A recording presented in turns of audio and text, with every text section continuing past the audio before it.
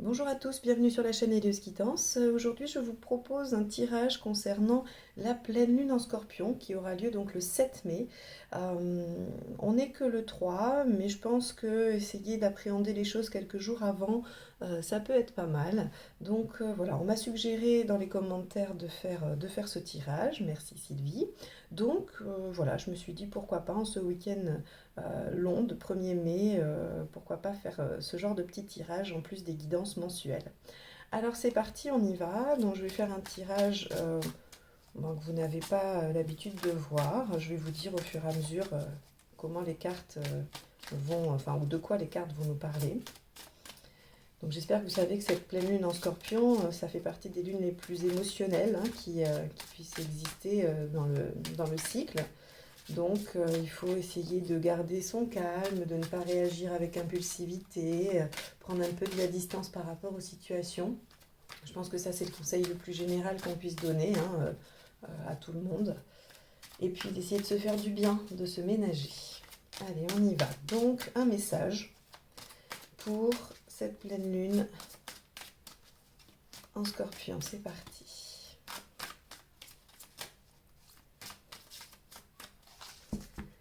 Allez, hop. Alors, cette carte-là va vous représenter vous.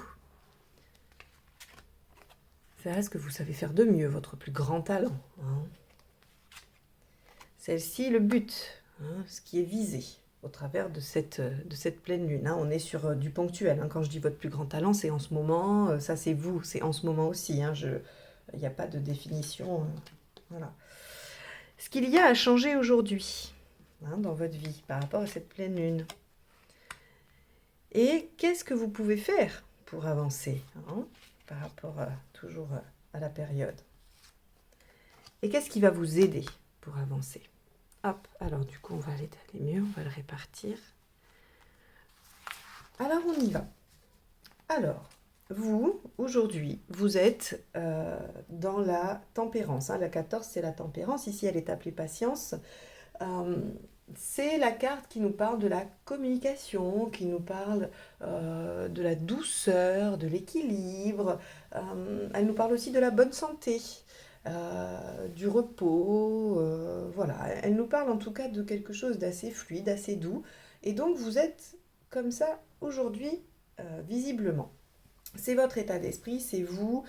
Voilà. Alors, votre plus grand talent, ou en tout cas ce que vous savez faire en ce moment, c'est le 6 de feu. C'est super, le 6 de feu, ça nous dit que vous avez cet esprit conquérant, l'esprit de vous battre pour ce que vous souhaitez. Hein, le six de feu, c'est le 6 de bâton, il part en guerre, il va se battre. Alors, il ne sait pas quand il part s'il va être victorieux ou non, mais quand même, cette carte nous indique que oui, il y a quand même de grandes chances qu'on soit victorieux à la sortie. Donc c'est plutôt pas mal et c'est ce que vous savez faire. Donc là, aujourd'hui, si vous en doutez, eh bien n'en doutez plus. Le tirage nous dit, vous avez cette capacité en vous d'aller de l'avant, de faire les choses, de partir en campagne. Hein. Donc, on est quand même sur des choses assez positives. Qu'est-ce que vous voulez dans la vie? Qu'est-ce que vous voulez dans la vie en ce moment? Le valet d'air. Ah, le valet d'air, c'est le valet d'épée. Qu'est-ce qu'il veut le valet d'épée? Le valet d'épée, il veut une réussite. Il veut une réussite flambant neuve, j'allais dire, pas du tout. Ça, c'est si vous achetez une voiture. Il veut une réussite fulgurante. Voilà, c'était le mot que je cherchais. Il veut que ça marche, il veut que ça aille vite en plus. Hein, avec le valet d'épée, il aime la rapidité. Alors là, ça peut être aussi ça peut faire preuve aussi de précipitation, hein, d'accord? Peut-être que ce que vous voulez, c'est que les choses aillent trop vite. En tout cas, ce que vous voulez, c'est que ça marche et c'est que ça réussisse. C'est que ce que vous avez entrepris, que ce soit une relation, un travail, peu importe, ou votre réflexion, vous voulez que ça porte ses fruits rapidement.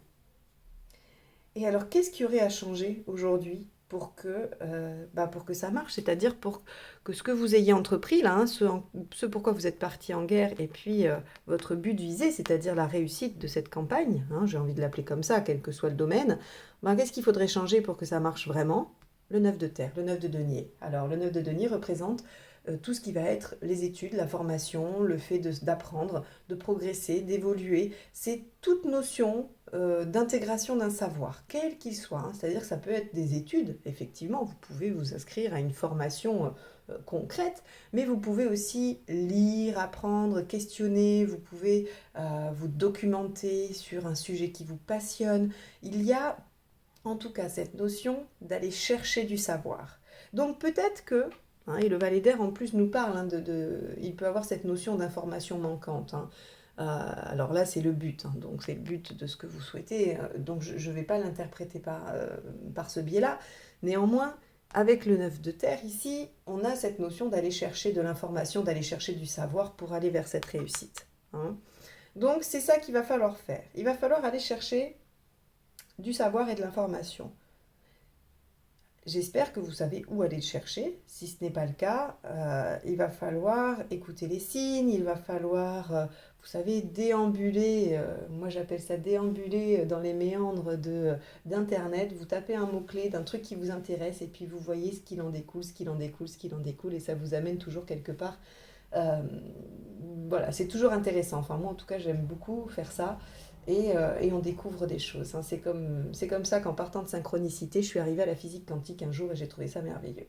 Donc voilà, je pense que voilà, si vous n'avez pas encore de repère de ce que vous devez aller chercher, hein, bien que je suis assez convaincue que la plupart d'entre vous, vous soyez déjà au courant, hein, de ce qu'il faut aller chercher comme savoir, comme information supplémentaire, vous pouvez déambuler en vous disant que vous allez finir par tomber sur l'information manquante. Ici, on a qu'est-ce que vous pouvez faire maintenant, hein, qu'est-ce que vous pouvez faire aujourd'hui pour aller dans le sens de votre intention ici. Le valet de terre, le valet de denier. Alors, qu'est-ce qu'il fait le valet de denier? Ben, il est persévérant, il est dans la continuité, il fait des efforts, il est appliqué, consciencieux et persévérant. Là, on est vraiment dans quelque chose qui va nous permettre de poursuivre un chemin. Et donc, si vous voulez, ça s'oppose un petit peu avec le valet d'air. Lui, il veut que ce soit rapide. Et lui, il est prêt à être un peu dans la patience, dans la retenue, dans le côté laborieux des choses. Donc, en fait, ce que vous pouvez faire aujourd'hui, c'est vous rendre compte que cette notion de rapidité que vous souhaitez, elle n'est pas vraiment réaliste.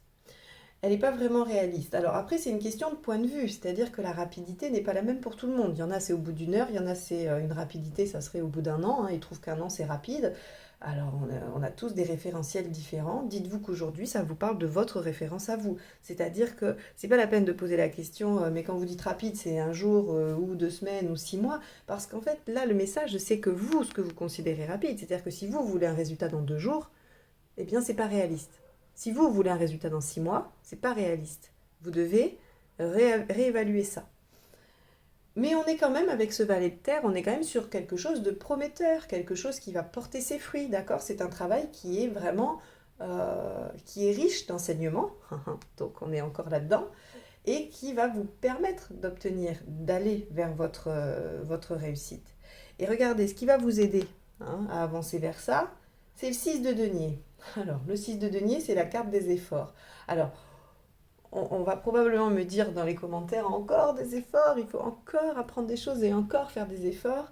Je ne voudrais pas vous décourager, mais je pense que le chemin que tout le monde choisit, hein, quand on est un petit peu au fait de ce genre de questionnement, de progression, d'élévation de soi, quels que soient les domaines dans lesquels on les applique, le travail n'est jamais terminé, hein. Une question en amène une autre, le fait d'avoir guéri une blessure, comblé une faille, en amène une autre. Enfin, je veux dire, là-dessus, il va falloir être assez réaliste, qu'effectivement, il y aura toujours du travail à fournir. Même quand on aura atteint un certain stade, on pourra en profiter, hein. C'est le principe euh, du chemin du voyageur dans le tarot, hein, c'est-à-dire avec les arcanes majeures. Quand on arrive au stade du monde, c'est pas une ligne, le tarot, c'est un cercle. Les arcanes tournent en cercle. Quand on arrive au monde, on peut profiter de la réalisation, mais on a terminé un projet, une chose de sa vie. Et en fait, on repart tout de suite, hein, avec le mât, qui est intermédiaire, qui n'a pas de numéro, mais parce qu'il est intermédiaire dans le cycle entre le monde et le battleur. On repart avec ce que l'on a appris de ce cycle que l'on vient de terminer vers une nouvelle aventure, le battleur. Et on recommence le cycle, mais sur un autre domaine de sa vie. Et c'est ça sans cesse. Donc là, en fait, je pense que vous avez juste à prendre conscience de ça avec cette nouvelle lune qui va venir, enfin cette pleine lune, pardon, cette nouvelle pleine lune qui va venir vous bousculer émotionnellement. Hein, voilà, on sait que le scorpion, c'est quand même tout ce qui est lié aux profondeurs de l'âme, de l'inconscient. Ils sont capables d'aller chercher très très loin au fond. Et donc, cette pleine lune en scorpion, elle va peut-être venir remuer des choses très très profondes et vous allez avoir hâte que ça s'arrête. Vous allez partir en quête d'équilibre hein, pour que ça s'arrête. Eh bien, on vous dit oui, d'accord, vous allez y arriver, il n'y a aucun problème. Hein. Le 6 de bâton ici nous l'indique, le valet de terre aussi. Mais il va vous falloir faire des efforts encore dans l'apprentissage de quelque chose, dans le fait d'avoir des informations qui vont vous permettre de progresser. Et donc, on est encore sur des efforts. Le mot d'ordre quand même pour cette pleine lune, c'est prenez soin de vous. Hein. N'essayez pas de réagir tout de suite selon les circonstances. Prenez le temps. Laissez décanter les choses, laissez refroidir. Vous avez une situation qui vous bouscule, ne réagissez pas. J'aime beaucoup cette phrase que l'on dit beaucoup en psychiatrie, du milieu dans lequel je viens de mon ancienne vie. Il est urgent de ne rien faire. C'est vrai, il est urgent de ne rien faire parce qu'il faut d'abord laisser redescendre les choses et il faut euh, laisser poser. Hein. Elle n'est pas du tout à prendre mal dans le sens il est urgent de ne rien faire du côté de la fainéantise, c'est uniquement au niveau de la réflexion, de la distanciation par rapport à l'agression, l'action, la situation qui nous bouleverse. On attend, on décale, on laisse poser, on attend que les émotions aient traversé et ensuite on se base avec le mental et l'émotionnel, mais l'émotionnel assagit. Voilà. Voilà pour cette pleine lune. J'ai envie de remélanger le jeu et de vous tirer une dernière carte pour voir un peu, je ne sais pas pourquoi, ça me vient comme ça. Si ça se trouve, c'est pas une bonne idée, mais c'est pas grave. On va voir. Allez. Moi, je suis sûre que c'est une bonne idée, donc je vais le faire. Alors, qu'est-ce que c'est? Eh bien, elle est tombée. Oh, regardez si c'est pas magnifique, elle est tombée. La 13, l'arcane sans nom, transformation. Bon, eh bien, il y avait quand même quelque chose, un message à faire passer. C'est-à-dire que au décours de cette pleine lune en scorpion, hein, et avec les sages conseils que vous venez d'entendre, il va y avoir une possibilité d'avancer, de transformer. Ça, c'est quand même le changement profond et pour longtemps. L'arcane 13, elle vient nous signifier qu'il y a des changements vraiment euh, qui vont fonder les choses pour l'avenir. C'est pas juste un changement, c'est pas la roue, elle avance pas, il n'y a pas des choses qui changent, voilà, hop, hop, hop, c'est juste comme ça et ça ne vient pas s'ancrer. Avec l'arcane 13, on est sur du changement radical et profond qui s'ancre pour longtemps. Donc là, c'est super, avec cette pleine lune, n'oubliez pas, même si ça va chercher très loin dans vos émotions, il y a là le moyen de progresser, d'avancer et de terminer probablement quelque chose. Waouh! Bon, eh bien, cette pleine lune nous promet d'être assez riche. J'espère que vous la passerez au mieux. N'oubliez pas de prendre soin de vous, toujours en période de pleine lune et de nouvelle lune. On prend soin de soi, on se retire un peu en soi.